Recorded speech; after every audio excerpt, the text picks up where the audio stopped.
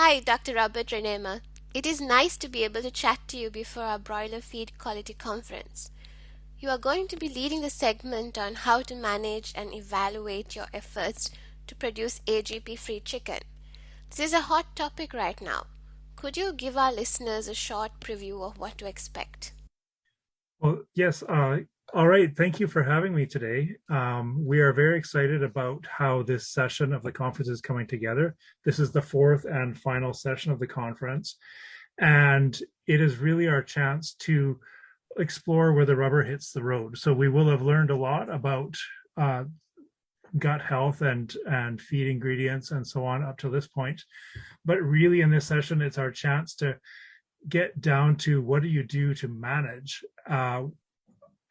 growing your birds without antibiotics at the farm level, at the company level, and how do you look back and see if you've really been doing a good job or not. So how do you evaluate success and make good decisions? So this is we see this as a very practical session. It's a session we're very excited about to really have a lot of take-home messages for you guys to take back with you when you go back home. So, from what I understand, you have some very exciting examples from Asia for our attendees to learn from. Could you just give us a bit of like a preview of like what our speakers would be touching on or highlighting? Yeah, so I will be starting things off in giving a bit of an overview of what some of the types of reduced antibiotic programs are, because there's a lot of different programs out there. We don't we want to be able to at least understand the terminology a little bit and learn the context for where to apply those types of programs. We need to know why are we choosing this program? Is it for bird welfare? Is it for trying to get a competitive edge because of consumer demand? And so that's where things will start off. And then introducing some of the management issues that are arising. So the need to focus on what I call the big three. So the first being value chain vaccination programs. We can't do well without that type of approach. And the one that's in a lot of the hands of the people coming to a meeting like this one, this broiler feed quality conference, where we have the feed ingredients with antibiotic replacement type qualities. That is definitely one of the big tools we can use in our toolbox. But one of the bigger ones in my mind is still management changes. And so that's where a lot of our speakers are really spending their time focusing.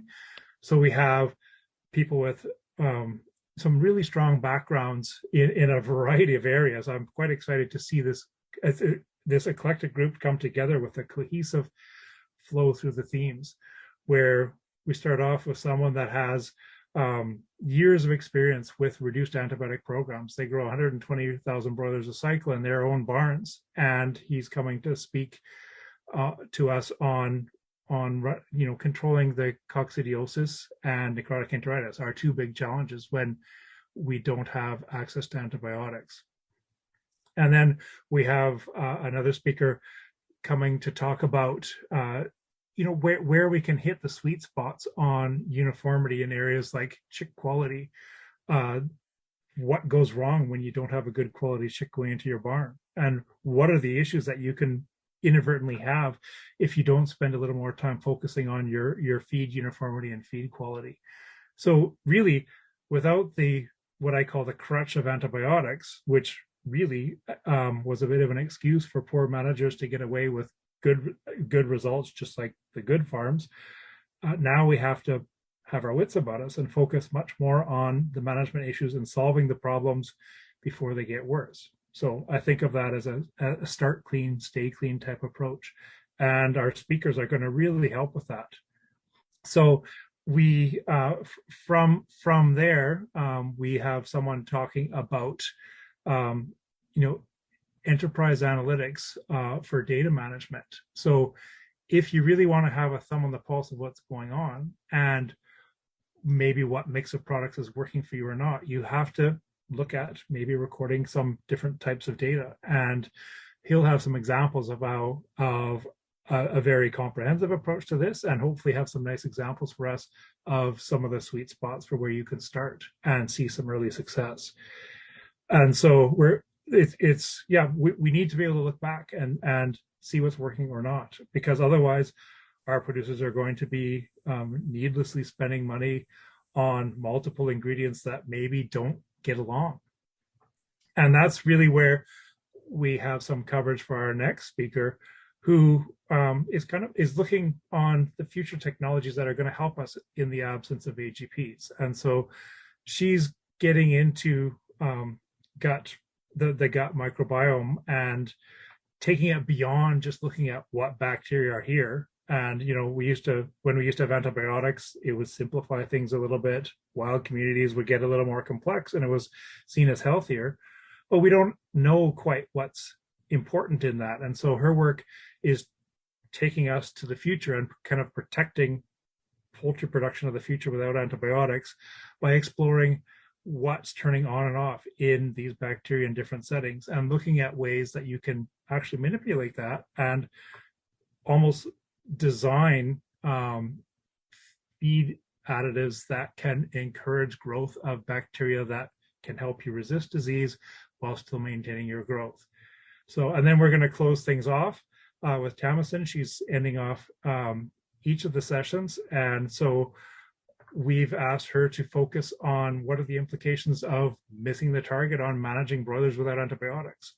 So our big concern is you can do a great job with some of the things that we're going to talk about in this session, but if you're introducing some kind of stress or crowding or temperature issues that are caused, you can nullify the gains that you would have made otherwise. So it comes full circle. So and that's what makes this session so exciting. So we hope that you'll end up leaving with some very practical take homes. Coming back, that's what I want to wrap this up with. If there's one thing you would like our attendees to take home from these sessions, I mean, there's a lot of exciting stuff here. What would that be? So to me, it's important to leave a meeting with a few ideas of areas that I can apply to my own operation. And I really think that anyone taking part in this meeting will get that in this session, where you can take a few things back to start with and be very confident you are going to succeed with that. So what I want to do is empower the attendees to make wise decisions. And so I like to say, when I was more heavily involved in research, I like to say we like to look at the edges of what is possible so that we make the management mistakes, so that you don't have to. So by listening to these speakers tell their stories, we can hopefully avoid repeating the mistakes of the past. This has been a long process moving towards antibiotic free, and it's going to take some time yet. So let's leave with winning solutions for our own operations. That's great. That will be a great message to take home. Thank you so much, Rob, for talking to us today. Well, it's my pleasure. And I hope to, well, we won't see you this year, but I look forward to the meeting and finding out what's worked and what didn't work for you after.